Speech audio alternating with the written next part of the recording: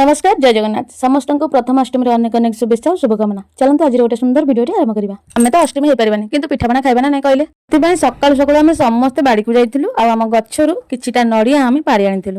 मो भाई की देखते एत लाज कर आगुरी केवे कैमेरा देखनी तो मु कौन छाड़ा लोक मुझे बारंबार ही कैमेरा आणुची। तो नड़िया छड़िया गोटे घंटा लगुच से मो बाबा कहते तू नड़िया छड़ाऊ ना गचर लगुटे बाबा आमर काठ सजाड़ुं कहीं आज काठ अणा चुली रोषे हम। सबुठ दुख कथा कौन जानते सांग मैंने वर्षा दिने पानी आमर चालिया घर पाखक पलि आम चुली रोषे हो पारनी।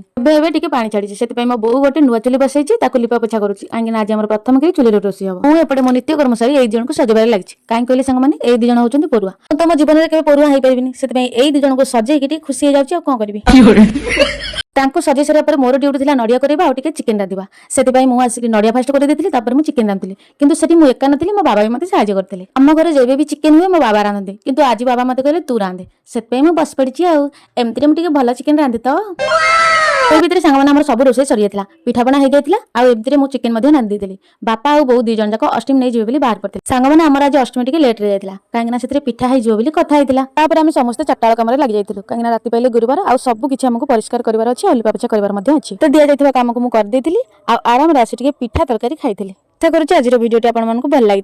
रोची नमस्कार जय जगन्नाथ।